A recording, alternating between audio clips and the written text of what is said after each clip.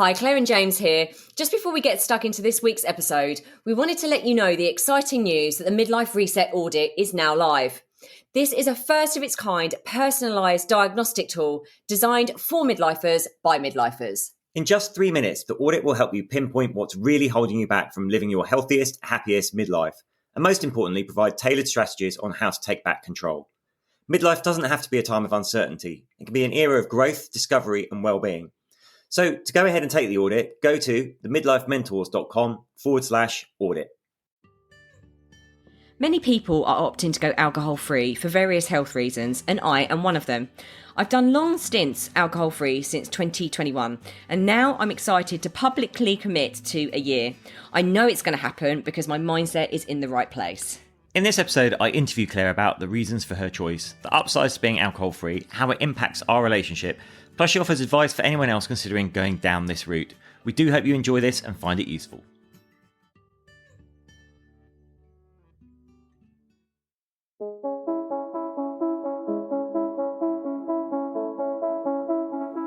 Hi, I'm James Davis. And I'm Claire Davis. We're the Midlife Mentors, here to lift the lid on how to achieve health and happiness. The balanced, no-nonsense way.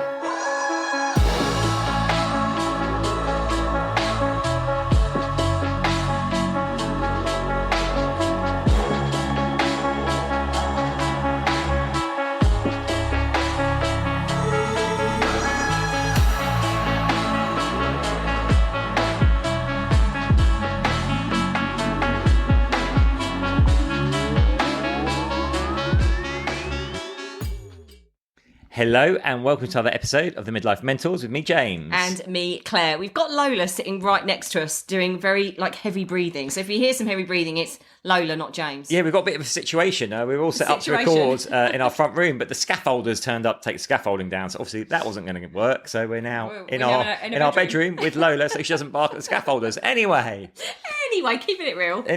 On this episode, actually, it's going to be quite a short one, but many of you know that Claire's been on a kind of alcohol-free journey. So we're going to talk to her a little bit about that. Because I know a lot of other people... I feel like you're going to interview me. I am going to interview you. Do go alcohol-free or consider going alcohol-free or struggle with going alcohol-free. So I think it's a really worthwhile conversation.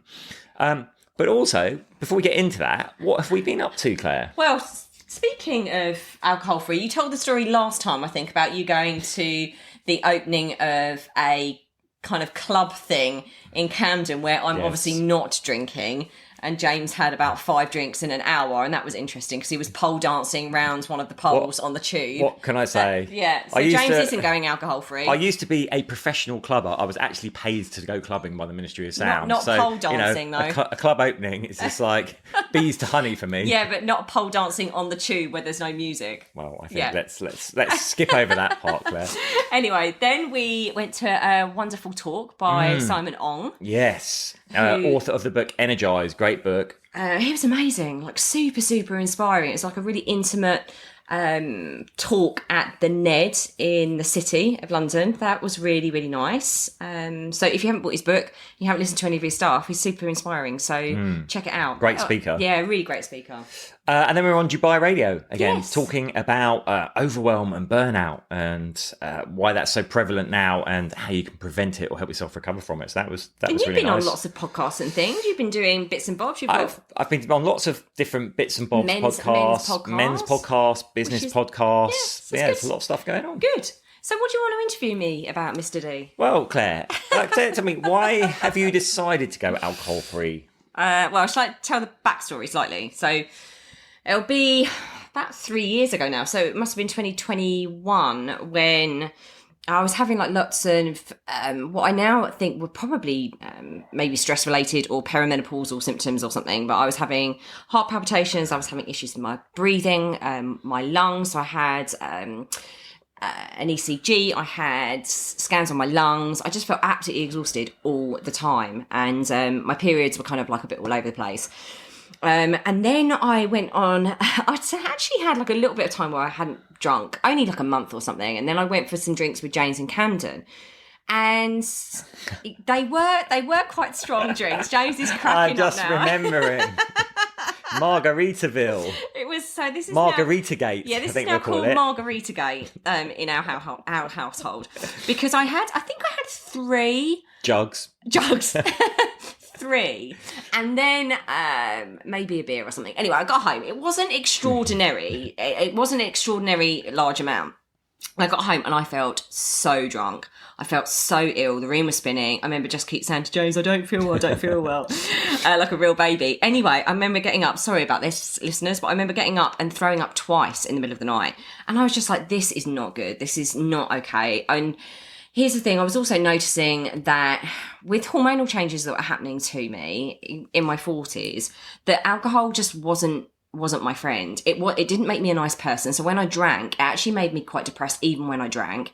It made me not a very nice wife. There was stuff coming up, emotional stuff coming up for me when I drank. So I wasn't necessarily so much of a happy drunk anymore. I was just kind of a bit sad. And I think it was because of everything that had been happening in our life. James and I have had quite an interesting 8.5 years of being together. It feels like we fitted a lot into 8.5 years. Lots of highs, but lots and lots of really big lows as well. So I think that was, and then I was ill and I was like, you know what, I'm going to knock it on its head. So I joined 1 Year No Beer and met a really lovely community of people on there. So this is 2021. And I did 120 days alcohol free. And it made me feel... It started making me feel better. I also cut out coffee. We're going to do probably a podcast all around coffee, actually. But I cut out coffee as well because this real low energy thing. I was realising that alcohol for days and days afterwards made me really low on energy, really depressed, really anxious. And the inner critic was rife. So when I drank alcohol, the inner critic was really mean. So I did about 120 days, but then I was like, as we all do, I was like, I really miss it. I can moderate. And since that point, so 2021, I've had periods of time, like another 100 days. I've had big chunks of the years where I haven't been drinking. But I've always gone, I can moderate. I miss it. I want to go back to it. And every single time I do that, I am reminded of why I don't want to drink. But it is so addictive. It is, and here's the thing. It's not like I'm a big drinker. So one of the things that I notice is people caveat that, and I'm about to be one of those people that caveat it. I'm not one of these people that drink every night. Never have been. It would be at the weekends. And for me, it would be 4 drinks would be the max, 4 or 5 drinks, about 4 drinks. And I'd be really drunk, and very sleepy and just not having a nice time. And then it would, the next days I'd be really low, depressed, critical of myself. And you notice this, yeah, right? I think that's worth talking about, because I think a lot of people can relate to that, maybe even more females. And the reason for that being the relationship between alcohol, estrogen and serotonin. Don't know if you want to touch on that. Yeah, no, you touch on it. Definitely, because I've been talking loads. Yeah, so why we can get that anxiety, and this is true for men and women, but obviously because women are more estrogen dominant, they can experience it more, is the sulfites, in particularly wine, basically depress estrogen production, and estrogen has a relationship with serotonin, which means serotonin production is also reduced. Serotonin is our feel-good neurotransmitter. So the day after drinking, when estrogen's low, serotonin's low, we can get that low-level anxiety, that inner critic can rise up, those things. The kind of the lights can feel a bit dimmer in the world. Well, and also you might want to talk to this as well. I really craved, and this is really common, I think everyone has this, really crave sweet food and high-carb food, and why that is. Well, this is the other effect of drinking, right? When we drink, we stimulate ghrelin, which is our hunger hormone, which is why, if we're out, suddenly it's like, a bag of crisps or some nuts, or even, that kebab on the way home. Dirty kebab. But it knocks on to the next morning, because you wake up feeling, with that hangover feeling, and then your body's still craving fuel. So you'll tend to, A, overeat, but B, go for those typically starchy carbohydrate foods, which your body's craving, but you don't actually need. So there's kind of a double whammy with the weight loss. Obviously, alcohol is calorific in itself, but then it does stimulate ghrelin and cause us to make poor food choices and overeat. Yeah, and then I would crave sugar, and then I'd be a few days later, my face looks really puffy, my eyes look really puffy, I've not slept. So all these things, and then I haven't trained properly and as hard as I want to. So all this massive knock-on effect. I was like, why am I doing this? What's this for? So anyway, as we all do, I was like, I can moderate. And then that would last, sometimes that would last a month, where I'm kind of moderating and just having 1 drink a week. But then the sun's out. Not here, by the way. I'm talking about the last few years, when I'm living in Ibiza or Marbella, then the sun's out, and then, one canya, one beer turns into another, and there you are again on that kind of like treadmill of what James has just explained, which is at the weekends, just kind of a tired little blur for me.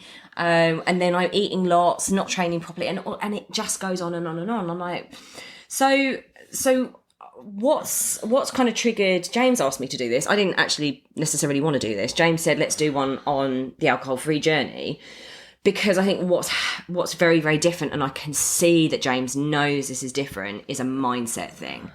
Right, before I was like, oh, I want to moderate. There is something, and this is different for every single person, and it happens at a different time for every single person.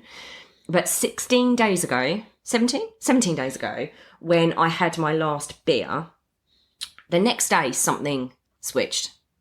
I can't tell you what it was. Can't tell you why it's happened. I can't tell you where it's come from, like what I did at all. But I 100% know, and I'm saying this on the record, this is on the record, guys, I absolutely know that I'm doing a year. Like, there is absolutely not 1 ounce of doubt in my mind that I'm doing 365 days. It's great, and I can tell that. I can tell that, and you've been so steadfast with it. I listeners have not stopped drinking.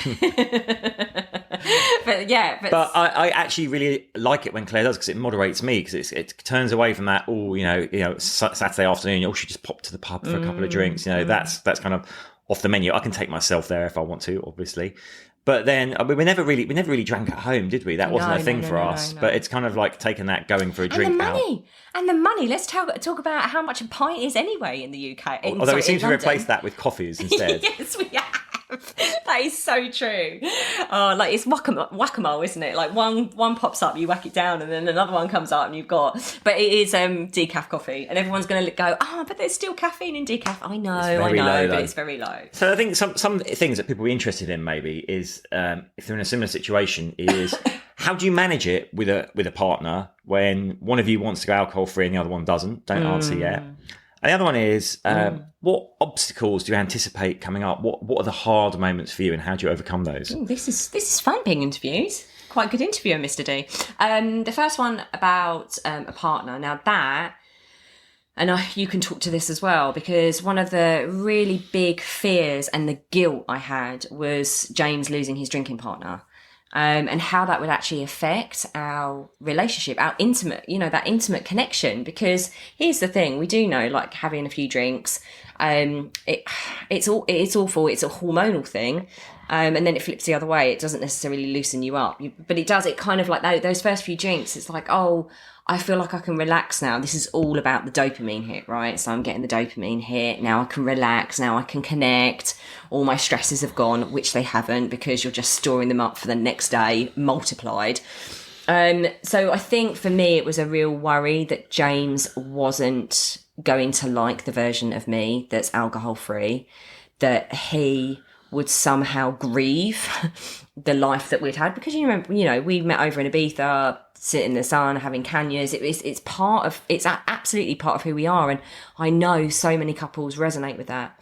So I think I was really worried about that. And I know for James, like, he kept saying things like, oh, when you drink again, like when you, and then that was like, oh, but, so that made me feel bad that he was already thinking about the time when he can have his wife back that drinks with him. So it was something that he was getting excited about, which meant that, to me, in my psychology, meant that he really felt like he had lost something that he was excited to get back. So that was really tricky to navigate. I still feel like that a little bit, but not so much, because I've proved to myself that I can do, those 120 days. And actually, James really openly says, like he's just said now, it actually really positively impacts him. Not having someone that's able to regulate their alcohol consumption really helps you. Definitely. So it is really hard to navigate that partnership. I think it's true. When you first announced it, when the first time you said, oh, I'm going alcohol free, there was a kind of like, oh no, I'm losing my drinking buddy here, and we have so much fun when we do go out and have drinks. So I think I was very resistant the first time, but I think the benefits for you, and I saw the benefits for me in terms of like how much it moderated my alcohol consumption down as well. Yeah. So I think we're in a really good place now where I really respect what you're doing, but I know like it's also fine for me to go drink. And this is what I'll do. I'll try and judge it. So sometimes I think if I fancy a drink, but I can tell Claire's on the edge, I'll just be like, I either won't go for one or I might just take myself out. So I'm just going to pop out to the pub, chew the fat with some people down there. Yeah. But then if she's in, I say, well, do you fancy going to the pub and you can have a soft drink? Yeah. Can we just talk about the price of soft drinks in pubs? It's scandalous. Do you know, scandalous. we know that we've reached the £7 pint now in the UK, but they're charging like £4 or £5 for a glass of Coke or lemonade. It's ridiculous. It is disgusting. It is really disgusting. So I think that's a really important thing. Like when you're talking about obstacles, one of the obstacles that comes up is like I reached that 120 day mark, and I've done it a few times.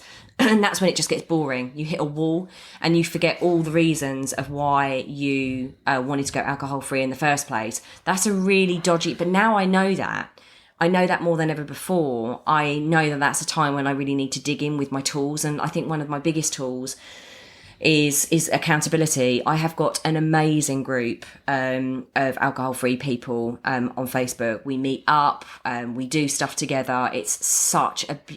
You went to a sober rave in Brighton over the weekend, didn't you? Sober rave. Yeah, that's what I did. I went to a sober rave with one of my friends from the alcohol-free group. And so I know that I really need to dig into those. I've already warned them that I know that I'm going to get really angry. Honestly, I'll get really angry. I'll get really annoyed. That's when I'll be going out. Yeah, exactly. And so like, what am I going to do? What do I need to do? What's my toolkit? Is it actually doing a bit more exercise? Is it going for a walk? What does that look like for me? And here's the thing, I haven't gone past 120 days yet, so I can't talk to that right now. I will come back when I've done my year and talk about those highs and lows. But having that accountability and that support, and actually knowing the bits where you find it really hard. So I now know, because I'm so 100%, like my 365 days, my year is done. Like I already know that. I am that sure, I am that positive, and I've never felt like this before.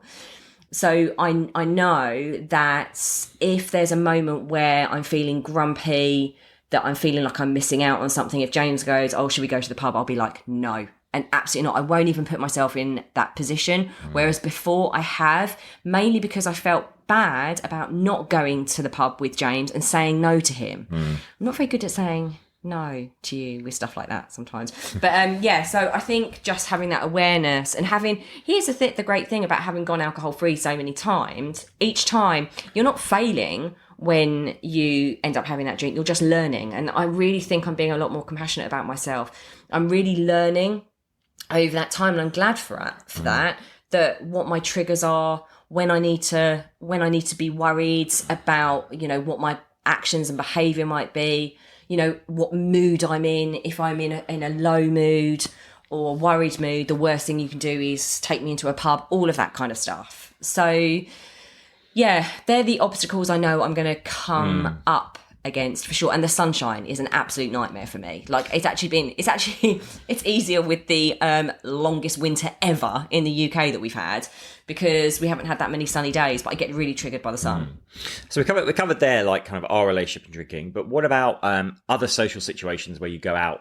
How do you handle those? Because I know that'd be something a lot of people deal with, having to go to work events, dinners, people's parties, whatever. How do you handle those things? It's really weird, actually. I don't even explain myself. It's so if it's a one-on-one situation with a girlfriend and I know that she drinks, then I will just be really upfront before I even go and just say, I'm not drinking. And for me, that's quite easy for me to do, actually. I think you'll maybe agree with that. It's quite easy for me to do. I'm like, listen, this is what I'm doing. I'm not drinking. I don't care really what you think about that. If you don't like it, then we won't go out at all. In a bigger social situation, whether it's a big family event or, friendship groups going out, then I just, again, I just don't even think about it. I'm not triggered by stuff like that. So I can't speak to that, actually.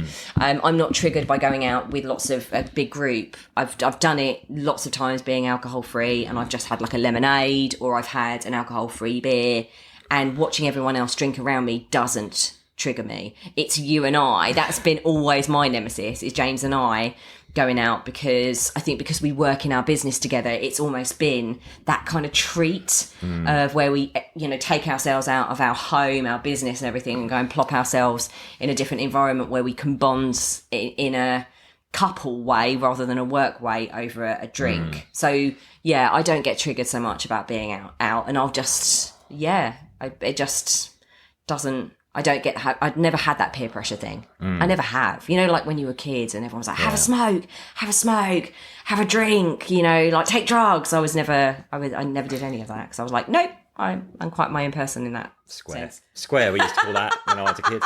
I'm proud to be square then. Let's just wrap this up. If someone's listening to this, they're thinking, I want to go alcohol free, I think, but I'm not sure if I could do it or how I do it. What advice would you give them? Do you have any tips?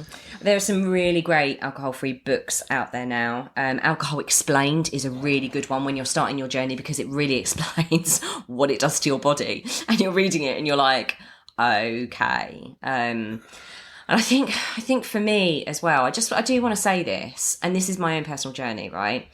Since the burnout at the beginning of last year, and just my journey, right? For me, alcohol also separates me from myself, if that makes sense, my spiritual self, my soul. And so I think that's when that inner critic, it opens up space for kind of like the darkness to come in. And so for me, and that is also one of the reasons, and I'm going off piece here, but that is also one of the reasons, is because I really want to live my absolute best life. I want to overcome the stuff that's holding me back. I want to be in alignment. I want to feel connected to God, source, universe, whatever you want to call it. That now is honestly my biggest focus in my life. That, my spiritual side, is my biggest focus. Healing that, doing what it takes to feel my true self. So that's why alcohol also has to go, because it really disconnects me from that. So read the book Alcohol Explained, because it talks a lot about, oh my goodness, like what it does to our body, all of that kind of stuff. There's some really great podcasts out there. Listen to some podcasts. Join 1 Year No Beer. It's a great community. There's thousands and thousands and thousands of people in it now. I'm in a little subsidiary group that we created off to the side of that, which is beautiful.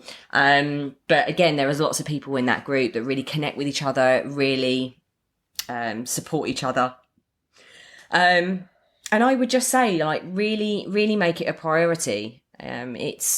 And understand why it's a priority. Write down all the things of like why it makes you feel so bad and what life is going to look like afterwards. So that's what I've done. Like why it's important for me to give this up, and like what life is going to look like after I've given it up. How are you going to feel about yourself? Like, what version of you are you going after? Really visualize that, really speak to that, and speak to that every single day. Take one day at a time.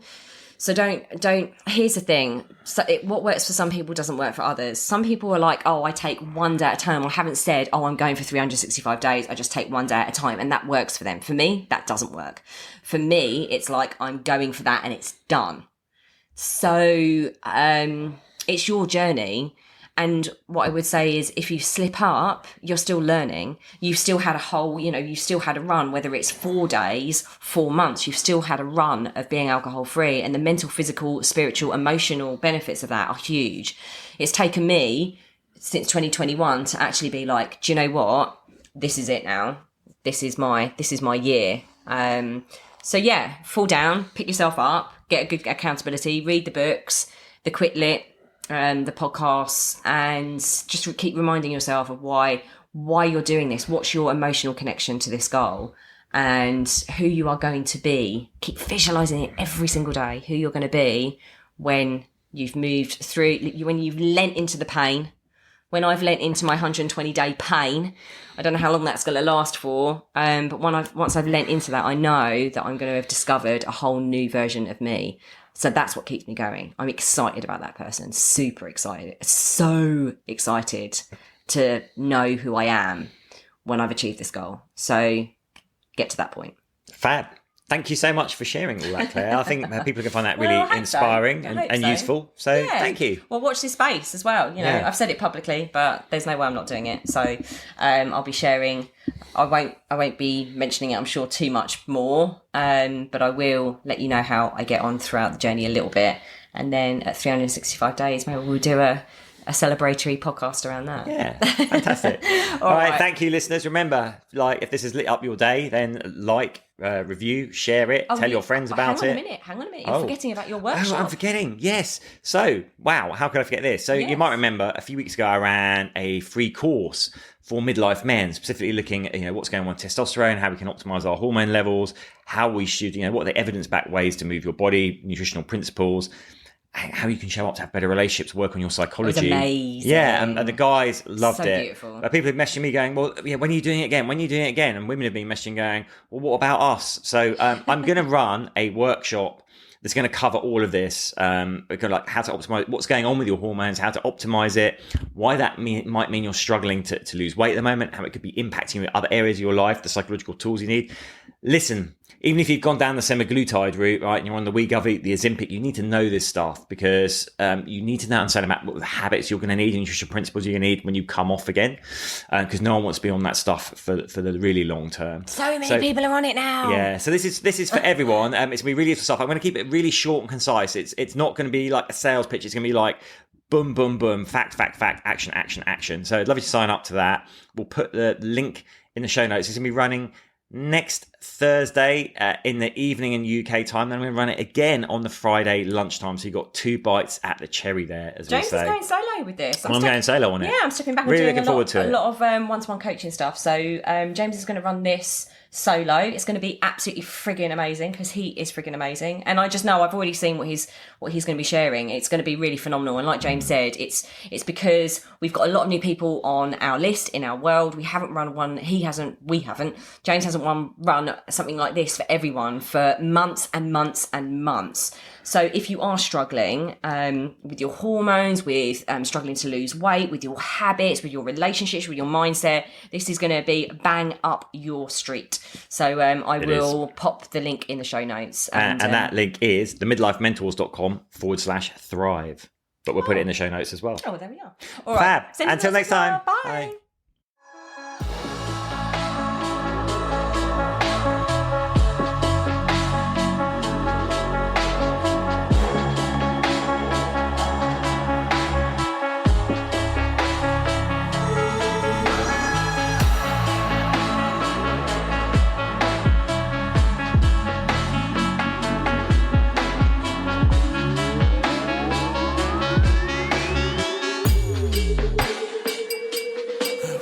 Yeah. You've been listening to the Midlife Mentors with Claire and James Davis. We'd love to hear from you. So drop us a line at info@themidlifementors.com with any questions or topic suggestions.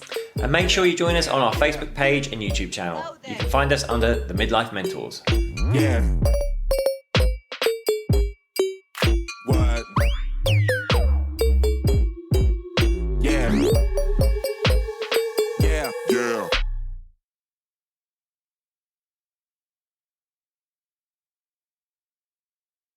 Thanks so much for listening to this episode. And don't forget to take the Midlife Reset Audit now to receive personalised insights into what's holding you back from living your healthiest, happiest midlife. So go ahead and take the audit now at themidlifementors.com/audit.